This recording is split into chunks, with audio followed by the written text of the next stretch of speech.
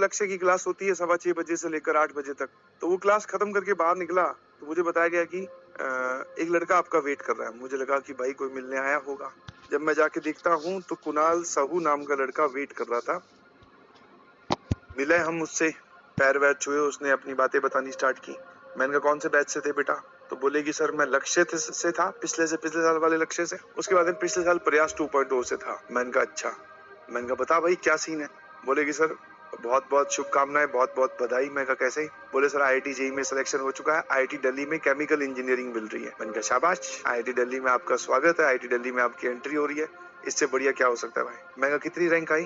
तो उसने अपनी जो CRL होती है, जनरल रैंक जो होती है, वो बताई 7400 समथिंग JEE एडवांस में एंड 5000 समथिंग JEE मेंस में। मैं कहा वाह यार तू खुश है? बोले हाँ सर। और ये बात करते करते जैसे कि अगला जो हमारा सवाल होता है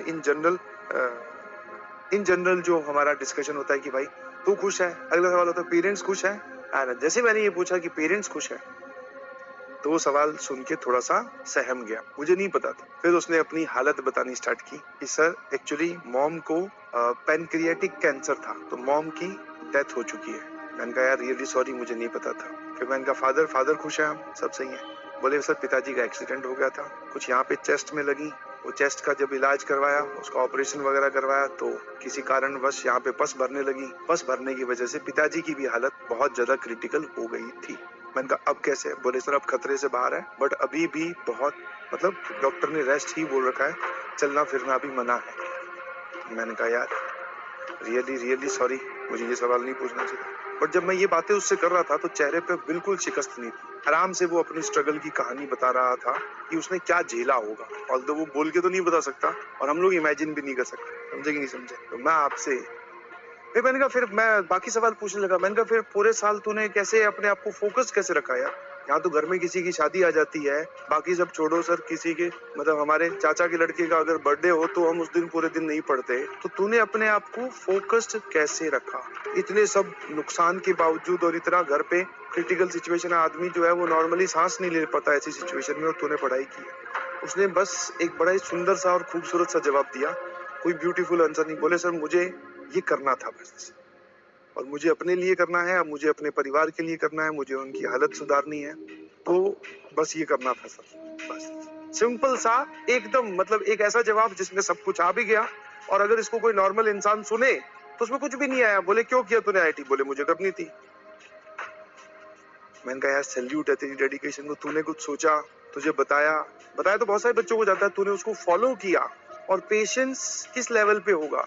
और उससे बात करते करते वक्त मुझे ये भी लगा कि यार हम किन बच्चों को पढ़ा रहे हैं, किन बच्चों को मैं मतलब कितना प्रिविलेज्ड हूँ कि मैं ऐसे बच्चों को पढ़ा पाया हूँ, ऐसे बच्चों का मेंटर हूँ।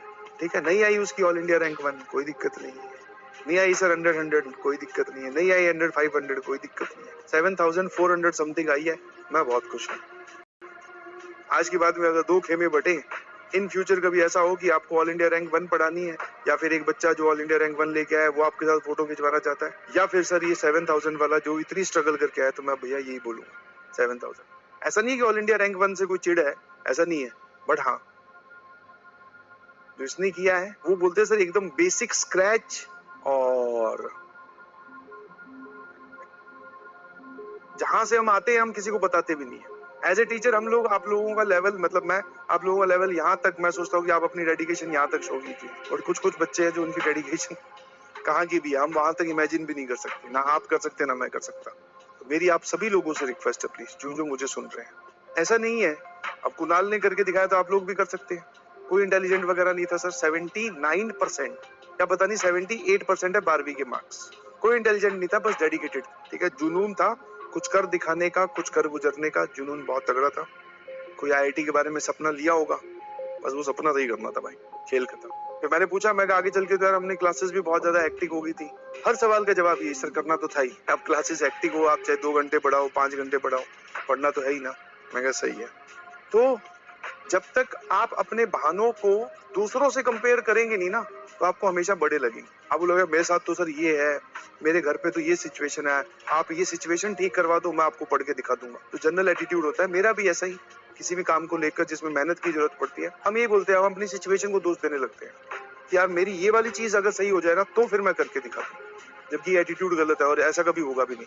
ठीक है, तुम सोच रहे हो कोई आइडियल सिचुएशन होती होगी वहां पर हम रहे और फिर पढ़ के दिखाए, नहीं। जिस सिचुएशन में हो, जिस हालात में हो, जहां बैठे हो, वहीं से ही आपको अपनी कहानी लिखनी है और लोग लिख रहे हैं और चमक रहे हैं। तो मैं उस लड़के से मिला, मुझे बहुत खुशी हुई, बिलीव मी। फिर मैंने पूछा कि अलग सर से मुलाकात होगी क्या? हाँ, बोले सर अलग सर से मुलाकात हो गई है, पॉडकास्ट रिकॉर्ड हुआ है। कोई रंग बिरंगी किताब नहीं की, ना कुछ और किया। जो मटेरियल उसके पास था, पीडब्ल्यू का मॉड्यूल, वो सॉल्व किया, जे एडवांस में रैंक आ गई। है ना? अब सर ये सब कहानियां सुनने में एट द मोमेंट बहुत अच्छी लगती है, मैं भी कर लूंगा। मैंने कहा बहुत अच्छी बात है, स्टार्ट ऐसा ही होना चाहिए जिसको हम पिकअप बोलते हैं। पिकअप ऐसा ही होना चाहिए, किसी की स्टोरी सुनकर आप उससे इंस्पायर हो। जी ओ ये। बट जब आपके सामने कठिनाई आए, मोटिवेशन में आपने स्टार्ट तो कर दिया, अब आगे चल के ब्रेकर आएगा, सवाल नहीं सॉल्व होंगे, सिचुएशन डिफिकल्ट होगी, टेस्ट आ जाएगा, रिवीजन नहीं कर पाओगे। जब ये सब सिचुएशंस आए तो फिर पेशेंस रखिए।